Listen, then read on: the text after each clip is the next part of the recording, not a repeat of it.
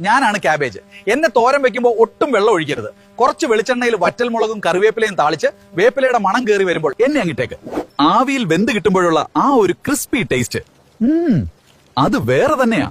ഞാൻ ചീര. എന്നെ അമിതമായി വേവിക്കരുത്. ചീരയിലെ ഗുണം പോകാൻ പാടില്ലല്ലോ. ചട്ടിയിലെ ചൂടിലൊന്ന് വാടി വന്നാ മതി. അവസാനം ഒരു തുള്ളി പച്ചവെളിച്ചെണ്ണ മേലെ തൂവിയാൽ എന്റെ ഭംഗിയും രുചിയും കൂടും. ഞാൻ കോവയ്ക്ക.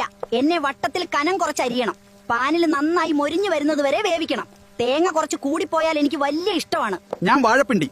എന്നെ അരിയുന്നതാണ് പണി. അരിഞ്ഞു കഴിഞ്ഞാൽ മോരും വെള്ളത്തിലൊന്ന് മുക്കി വെച്ചാൽ കറുപ്പ് നിറം മാറി കിട്ടും. വൻപയർ കൂടി കൂട്ടിന് വന്നാൽ സംഗതി ഉഷാറായി.